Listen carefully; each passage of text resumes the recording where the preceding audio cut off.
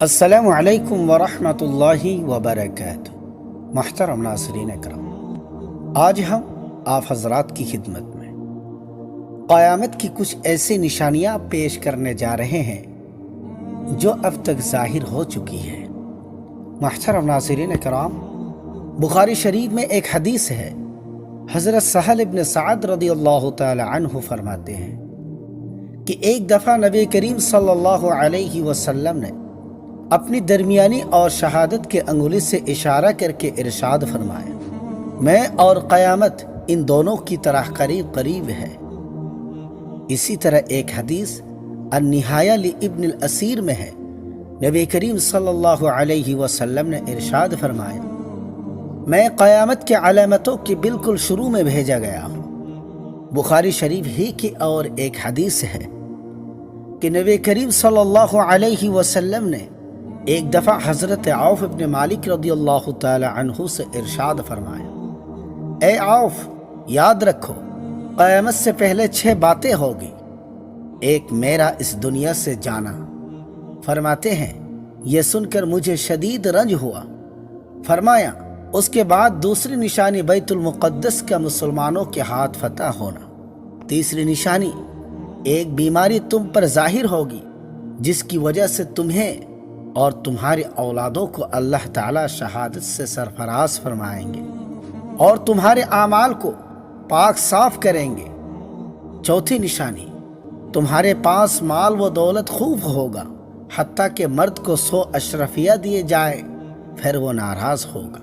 پانچواں نشانی، تمہارے درمیان ایک فتنہ ہوگا جو ہر مسلمان کے گھر میں داخل ہوگا۔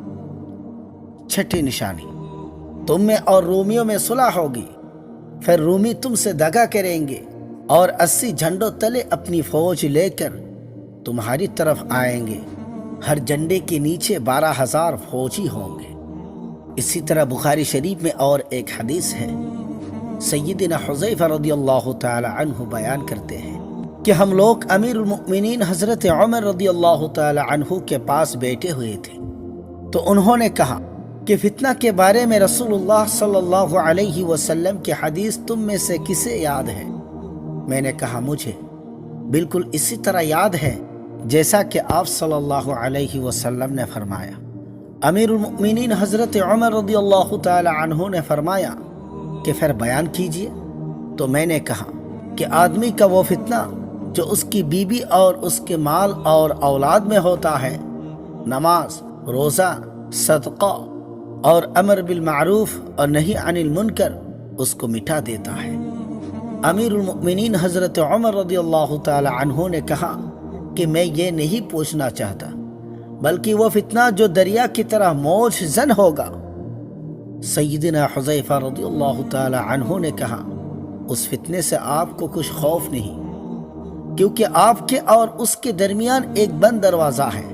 امیر المؤمنین حضرت عمر رضی اللہ تعالی عنہ نے فرمایا، دروازہ توڑا جائے گا یا کھولا جائے گا؟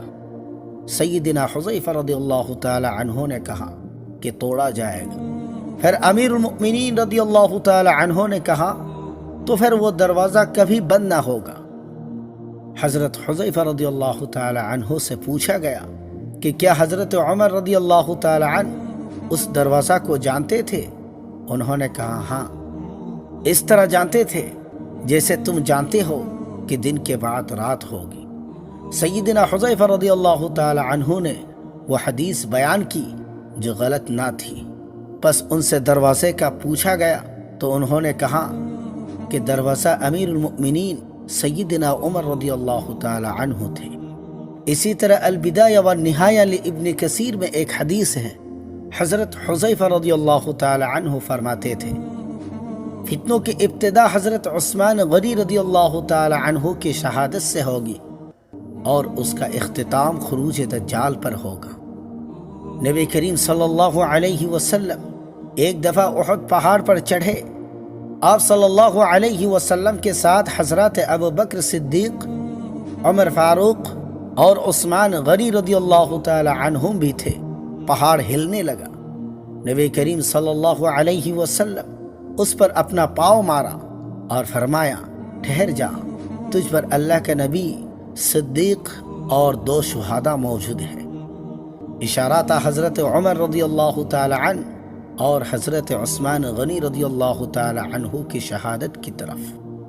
اسی طرح واقعہ جمل، واقعہ صفین، حرہ، حضرت حسین رضی اللہ تعالی عنہ کی شہادت کا دلدوز واقعہ، یہ سب ان واقعات میں سے ہے جن کی نبی کریم صلی اللہ علیہ وسلم نے پیشن گوئیاں فرما دی تھی کہ یہ سب واقعات قیامت سے پہلے ضرور پیش آئیں گے، اور وقت کے ساتھ ساتھ یہ واقعات من و عن پیش آ چکے ہیں، اس لیے یہ سب قیامت کی علامات بعیدہ میں سے ہے۔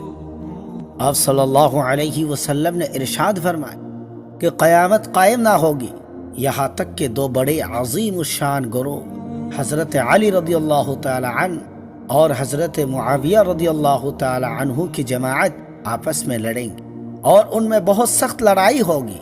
دعویٰ ان دونوں کا ایک ہی ہوگا، یعنی دونوں اسلام ہی کے نام لیوا ہوں گے یا دونوں ہی حق پر ہونے کا دعویٰ کریں گے۔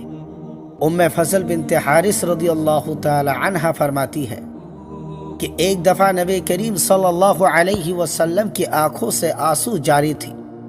میں نے کہا، اے اللہ کے نبی، میرے ماں باپ آپ پر فدا ہو، آپ کو کیا ہوا؟ آپ صلی اللہ علیہ وسلم نے ارشاد فرمایا، اتانی جبریل علیہ السلام فاخبرنی ان امتی ستقتل ابنی ھذا۔ حضرت جبریل علیہ السلام آئے تھے اور انہوں نے مجھے یہ بتایا کہ میری امت میرے حضرت حسین رضی اللہ تعالی عنہ کو شہید کر دے گی۔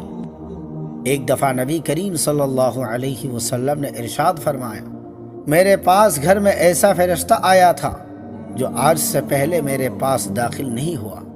اس نے آ کر مجھ سے کہا، بے شک آپ کے اس بیٹے حضرت حسین رضی اللہ تعالی عنہ کو شہید کر دیا جائے گا۔ آپ اگر چاہے تو میں اس زمین کی مٹی بھی دکھا دوں جہاں وہ شہید کیے جائیں گے۔ پھر اس فرشتے نے سرخ مٹی نکال کر دکھائی۔ اسی طرح فتنہ تاتار 7ویں صدی عیسوی میں عالم اسلام کو وہ حادثہ پرآشوب پیش آیا جس کی نظیر دنیا کی تاریخ میں مشکل سے ملے گی۔ یہ تاتاری غارت گروہ کا فتنہ تھا جو تمام عالم اسلام کے لیے ایک بہت ہی خطرناک فتنہ تھا۔ ترکستان سے نکلنے والے تاتاری جو دیکھتے ہی دیکھتے عالم اسلام پر ٹوٹ پڑے تھے، عالم اسلام کی اینٹ سے اینٹ بجا کر رکھ دی تھی۔